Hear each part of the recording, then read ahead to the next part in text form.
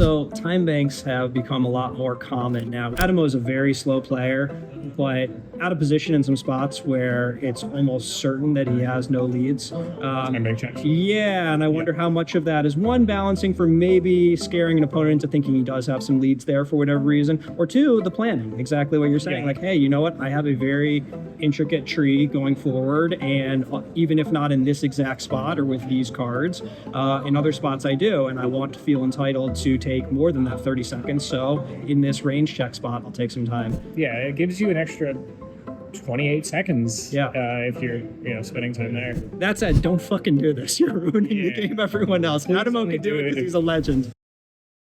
All right, we are in Jeju, South Korea for Chance's first road trip Triton. You played in the Bahamas, but aside from not having great results, what are your early thoughts of this Triton? I mean, it's pretty epic just from a size of these fields and these high rollers. I mean, it's pretty unbelievable that every first place is like 1 to 2 million so far.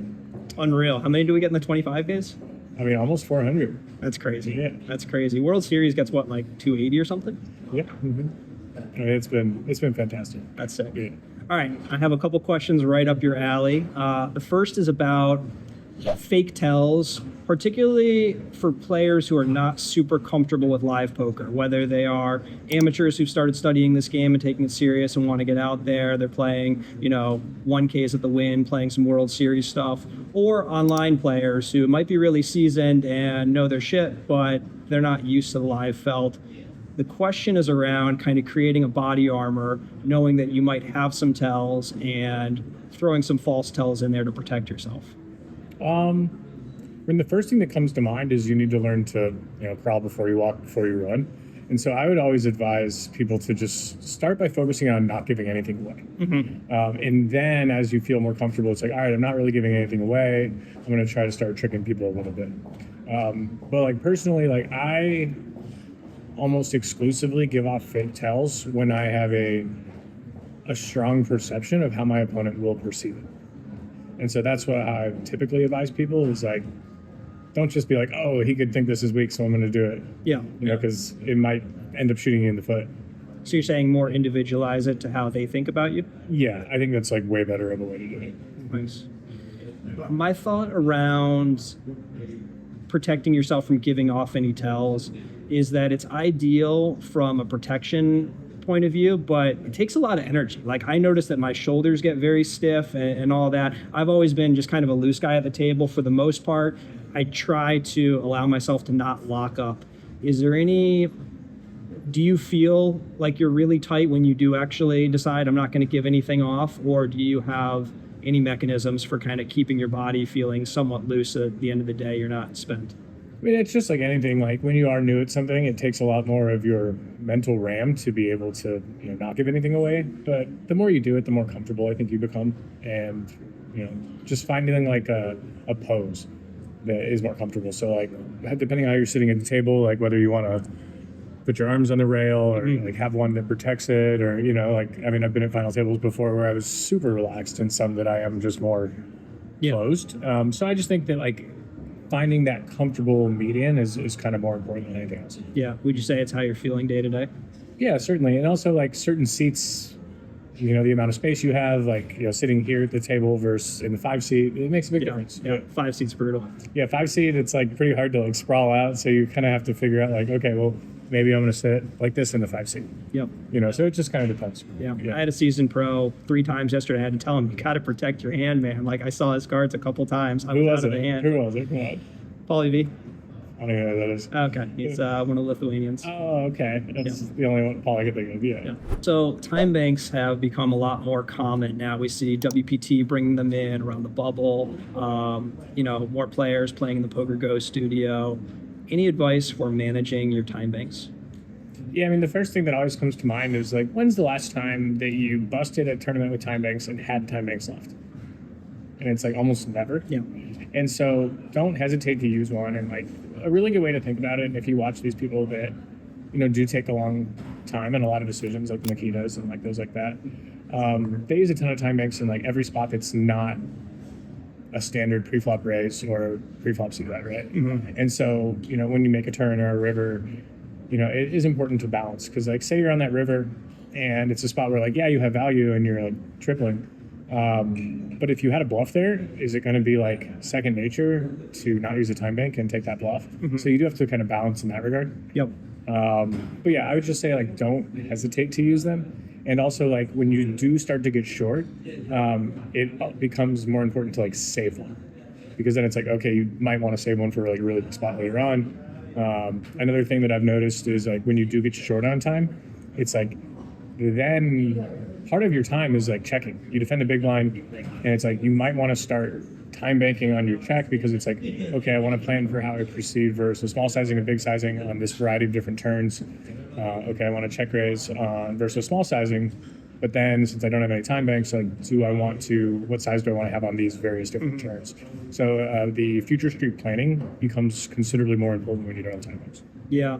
I notice Adamo is a very slow player, but out of position in some spots where it's almost certain that he has no leads. Time bank checks. Yeah, and I wonder how much of that is, one, balancing for maybe scaring an opponent into thinking he does have some leads there for whatever reason, or two, the planning, exactly what you're saying. Yeah. Like, hey, you know what? I have a very intricate tree going forward, and even if not in this exact spot or with these cards, in other spots I do, and I want to feel entitled to take more than that 30 seconds. So in this range check spot, I'll take some time. Yeah, it gives you an extra 28 seconds. Yeah. If you're spending time there. That said, don't fucking do this. You're ruining the game of everyone else. Please Adamo only can do do it it because if- he's a legend. Yeah, please only do it if you're like legit short on time and you need to start using that there. But yeah, in spots where you just don't have leads, it's okay to check immediately, I promise. Like I'm in the big blind, I like the window card's the ace and I'm like, check. It's like, okay, I know I have 0 leads when I defend the big blind and it's an ace on the flop. Like, let's just check. Yeah. Like I guess maybe it can come ace 5-4 all spades and then maybe I should have leads. Yeah, maybe a little. I'll tell you the last time bank I used, which was 2 hours ago to bust the 150K. Dvoress opens cutoff, and I have a very easy decision on the button. I have 17 bigs and king queen up. It's a slam dunker, but at the same time, I want to feel entitled with whatever my borderline is to take as much time as I want, whether it's because I have kings and I want to think about what do I want to do with kings or queens or aces in this spot, or whether it's because I have Jack 9 suited or whatever, cuspy hand there is on the bluff side. And one thing I've seen, even, at Triton, is some recreationals who take a bunch of time and then they fold pre-flop. And my thought is that they didn't necessarily come to a fold. They said, I'm still not sure, but I've taken all this time and I'm not comfortable putting money in after looking like I have a close decision. So balancing that 25 seconds before you do shove allows you to maybe take the close spots later. Yeah, because I'm going to sometimes want to go over 25 seconds. And in this situation, I had 14 time banks and 17 big blinds. The chances I'm going to use all those time banks. So I don't want it to be polarized where like Jaffe only has ace king suited and tens. Yeah, like or snap shoves Jaffe become has, the mediums and then tank shoves become the bottom and the top. Or just everything you can feel entitled to sometimes take the time. Yeah. Exactly. I didn't want anyone getting like, reads that he's either polarized or, yeah. Yeah, I like that. Fake misclicks. You had a conversation at the table with Pascal Lefrancois that I was privy to that I've heard a few times, and I really am always interested. It's like a good ethics conversation. Tell me about the fake misclicks conversation. All right, so let's just take misclicks as a whole. Sometimes you misclick, and it's just blatantly obvious that it was accidental. And say you get forced to 3-bet small, or the variety of other misclick options. Maybe you're forced to check raise instead of call, something like that. If you never fake misclick, then you basically are going to get pure exploited because those ranges are the mediums, right? You can just get 3-bet or 4-bet in every single spot.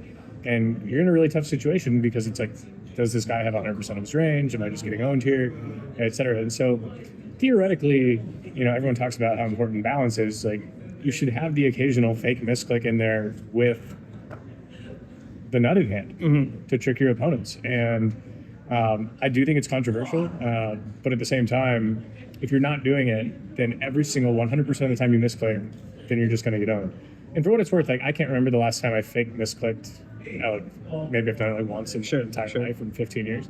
But that being said, like we're having this conversation, and we're like, okay, I probably should add them. I should have these misclicks to protect myself from when I misclick. So it's really tricky. Not necessarily sure.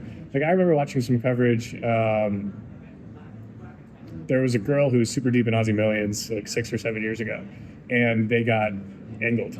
I think it was Samantha Abernathy. Okay. And they got angled by a player that it was like so blatantly obvious that, from watching Fake tape, misclick. that this guy just, it was a fake misclick. This guy just had blades every time. Yeah. And Justice, like, oh, she sucks out on her 4-bet shove because she got angled. Yeah. And it was just like, well, in reality, you should have known that this guy was nutted, and so it's a really interesting spot. And ethically, I'm not really sure what's correct. My opinion is that you should be okay to balance it, but I am curious what like public perception is in that situation. Yeah, my instinct is all the arguments you're making make sense, and it should be reasonable. Like, we should see someone who just shoves every time somebody accidentally raises the button versus U8 or whatever as like, hey, wait a minute, that was kind of barbaric to just shove over their accident. But we all say like, no, that's normal. That's the punishment they deserve. But I think it's one of those situations where it's like the reality is we'll never come around to it, because you wouldn't want to treat the random amateur that way. Like, that would just not be a nice way to spend. The guy who like flew out to play the 1K event at WSOP and is thrilled to be there, and you're just like, yeah, I'm gonna fake misclick this guy. And if you're not treating everyone the same, then maybe it just shouldn't exist in the first place. But I think ethically, like, from an academic point of view, I think it's completely reasonable. Oh, I actually had one that I remember now. Yeah. Playing poker. Random 1K guy, you got an No, it was amateur. versus Negreanu. Okay. And I'll tell you his reaction afterwards. Yeah. He limps under the gun, and I have a hat on. Yeah. And so I have jacks on the button. I pretend not to see it, and I make it 2.5x. And with jacks on the button, he has like a 21 big blind stack. No. And I even had this plan for if You just immediately turn to the blinds? No, I even have this plan for if the blinds fold, I'm gonna grab my bet. Oh, wow.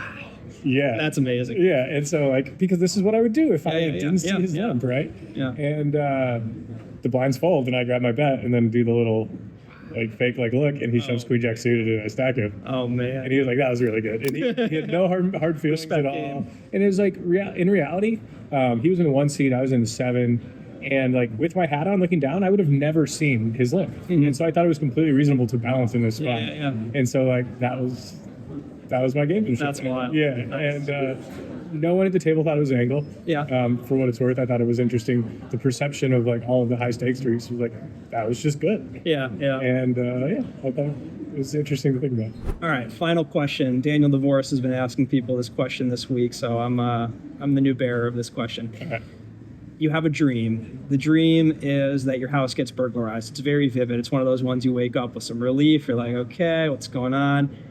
The question is, if you are 1 in 1,000 on any given week to have your house burglarized, did this dream, the fact that you had this dream or having this dream, change those odds at all?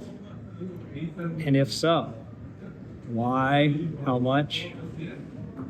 Yes, and I don't know why, but I've always just been a believer that like there's things in the universe that I guess science can't really explain. Sure. And like the poker playing mathematical side of me thinks this is outrageous, right? But Foxon and I have had like detailed conversations about this type of stuff, more from like an orientation of like running good or feeling like you're gonna win. But yeah, for some reason I do think that like the things that you think about, like it is kind of like the secret or like that corny shit. But Sure. like I can't really articulate it as well as I can a lot of my thoughts, but I do think that, thinking about those things could have some bearing. And that's why I kind of think that he's like being optimistic or, saying I could do one. It's kind of like a free roll, right? It may make a difference. Yeah. Like Steve O'Dwyer said that he has like a bunch of superstitious trinkets in his bag. Very superstitious. And I was like, yeah, it's just a free roll. Like if it's actually lucky, then you're doing good, and if not, you just have a little bit extra weight in your back. Let me just say, there's a flip side to that free roll. It's not an entire free roll, because when it goes poorly, you might find yourself calling out the whole coin poker squad as D-tier players. You might find yourself getting some backlash when the superstitions don't go well. Man, that was a very interesting interaction. So 1 in 1,000. What does it change to? Not sure. Fair. Yeah. Chance Kornuth. Appreciate Enjoyed it. Thanks.